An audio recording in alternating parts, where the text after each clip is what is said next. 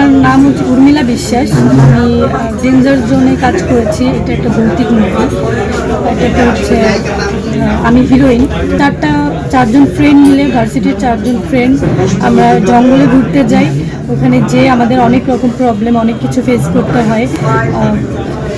ভূতের একটা ব্যাপার, যেটা ভৌতিক সিনেমা, যেহেতু তো এই তো অনেক প্রবলেম ফেস করতে হয়। লাস্ট হচ্ছে বাপ্পি থাকে আমাদের, আমরা 4জনই মরে যাই।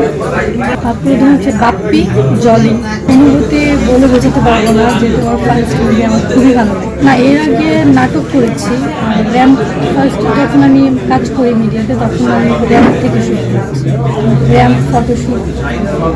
আর ইচ্ছে হয়েছিল কাজ করতে করতে, মনে হলো যে একটু অ্যাক্টিংটাও করে দেখি, এভাবে আর আমার কাছে মনে হয় যে নায়িকা করলে নিজেকে পারফেক্ট রাখতে হবে, নিজেকে ওভাবে তৈরি করতে হবে, ডান্স, অ্যাক্টিং, এগুলো সব কিছু জানতে হবে।